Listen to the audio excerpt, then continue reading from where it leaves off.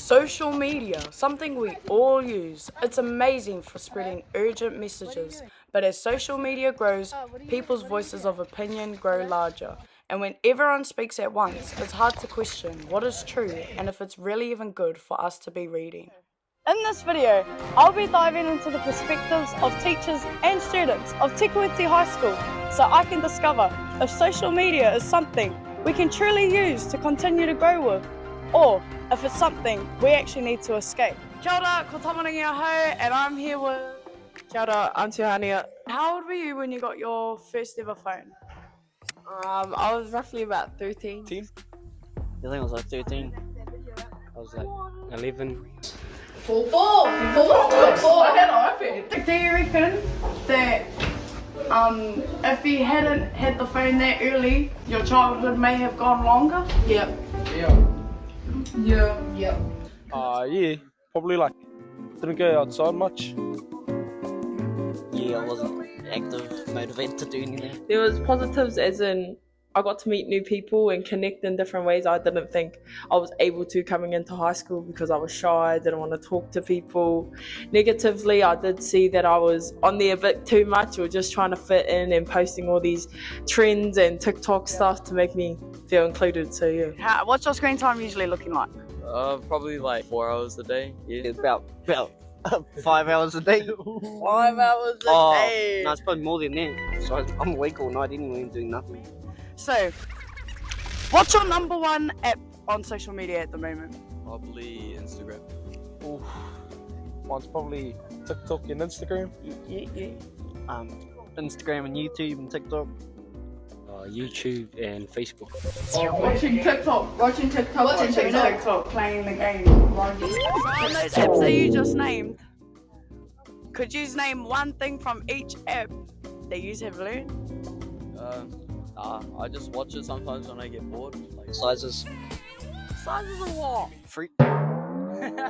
Sizes of fruit. Or like, That is very useful. or like working out and stuff like that. I'm more of a connecting with people, whereabouts people are, where, when, and how. I do scroll, but I'm a pretty busy person, so it's only on a downtime where I feel relaxed and I want to be relaxed that I'll do some scrolling. I don't scroll. I don't really scroll, yeah. That's just really boring to me. Virtually connecting with people.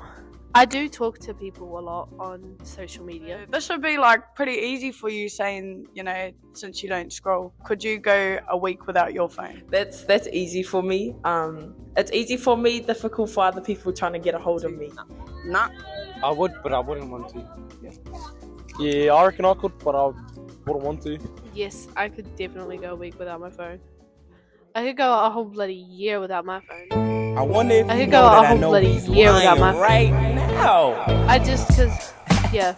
Oh, you got the name like that? Year without my phone. Right now. I just, cause, yeah. Oh, you got. Well, after looking into the perspectives of my own generation, I realised I still didn't have enough information to tell you if social media is really good for us or not.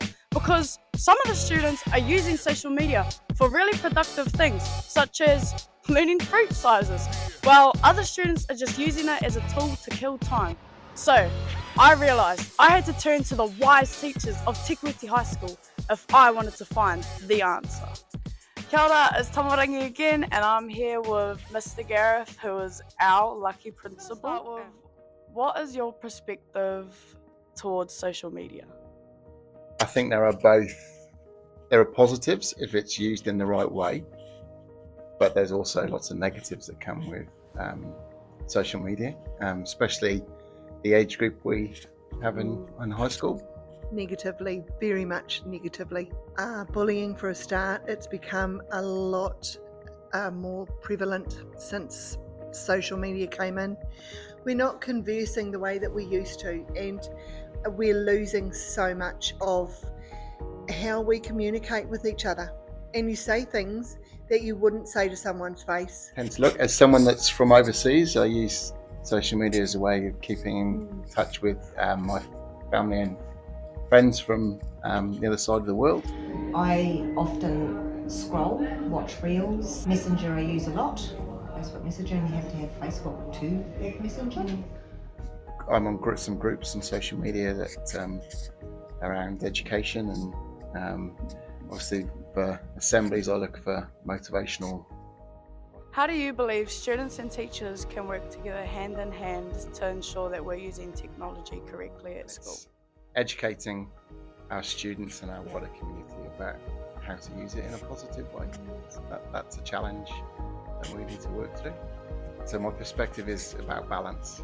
If it's used well, it has some positive spins to it, but if it's used poorly, it can cause issues. After I've been walking around school making all these new connections, I got told tomorrow's Pink Shirt Day, which is a day to spread awareness for cyberbullying. So I'm going to take this as the perfect opportunity to look into the deeper schemes of social media and hear what Te Kuiti High School has to say. So since we're wearing pink today, I'm taking it that we're against the whole bullying and cyberbullying, Geoff. Do you know of anyone, or even personally, have ever been affected by cyberbullying? Yeah, I have. I know a lot of people that have been put on the mug pages here. Yeah, I know some people. Yeah, I'd say the same. I know a couple people. I'm friends with those people who just shut themselves out from the world. So you say that you yourself have been posted on the mugshot page. Yeah. How did that actually personally feel? It's when you see it, it's kind of like, it makes you feel bad first, like, and then you talk to people about it, and then it doesn't really matter at the end, but it's still like a bad feeling, when you realise that and things. How would you say for yourself, you keep yourself safe? Don't directly message someone, or don't strictly pay attention to what other people have to say. Yep. So just, Yeah, I'd say the same. Yeah, don't listen to what anyone else has to say. That's what they've got to think about you, and yeah, pretty much. My coping mechanism is performing. What I like to do, even if it's just towards myself, I just like to go out and just sing, because that's what brings me comfort. If you have like real friends that would actually listen to you and stuff like that, and I suggest to like, if you feel like you're not comfortable with this one person or this like group of people, just distance yourself from them. A way that I like do myself, I put all my social media on private so I can't get cyberbullied. But if you ever feel like down about that, I know there's a counsellor here at school and there's someone here to talk about it, and there's always a teacher that will listen to you here. I'm here with one of the most freshest and newest minds of Te Kuiti High School as one of our youngest teachers. Over your years and experience teaching at Te Kuiti High School, how do you believe you've watched cyberbullying affect the students? Over my years of teaching, it's definitely grown, which is sad to say. Like, you would think that it would have stopped, but it's grown over the years. I think with students having more access to social media and cell phones nowadays, it's easier to get caught up in the whirlwind of online bullying and all of that sort of stuff. I think because, when I first started teaching 25 years ago, the phones weren't so prolific, and they weren't, you had brick phones and kids didn't have them, they were expensive, and now everyone has a phone, and therefore, and they hide behind them. So it's easier to say things but when people can't. How often do you ever hear of students coming actually forward to teachers to announce cyberbullying? It's probably a lot more regular than it used to be, but I do think they still feel a bit, kids are never really that comfortable about coming forward about bullying either.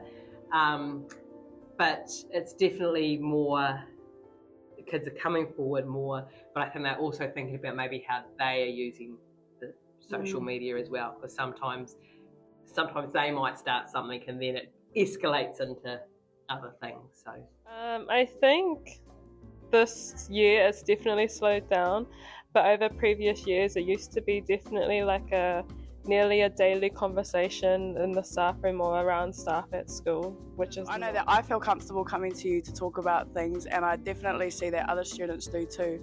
So how do you believe students and teachers can work together to prevent cyberbullying?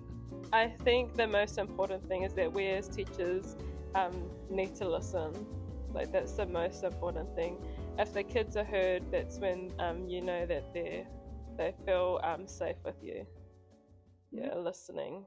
Done. I mean, I think the step towards not having phones in schools is a step, but how well is that actually working? But I just wanted the kids to have like that resilience, to know that they don't need to be saying things about people or doing stuff. They just actually need to be themselves and be kind, and then just put this away and enjoy life and have fun.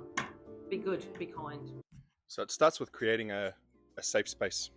So they've kind of all on the same start field, and they've kind of learned as they go, and they've made this place their own, and they've got each other's back, and it's really cool to see. And it's, you know, they've actually done all of that work themselves. You know, we've created that environment, and they've come up with the best foot forward, and they've made it what it is, which is quite cool. I mean, so what I gathered is just get you that great support group that you feel you need, that you feel comfortable around, and well, get the right connections, eh? Yep. And keep fit, active, keep busy. Stop spending so much time on social media. Get out there, pick up some weight to go for a run.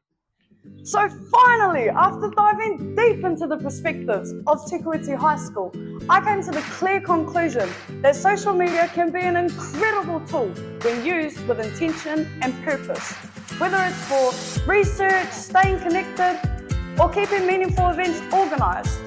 But when we fall into the trap of mindless scrolling and constant distraction, it pulls us away from what truly matters. And in the end, it is up to us to take on the responsibility of how we decide to use it. Yes. Just like any tool, social media's value depends on how and why we choose to use it.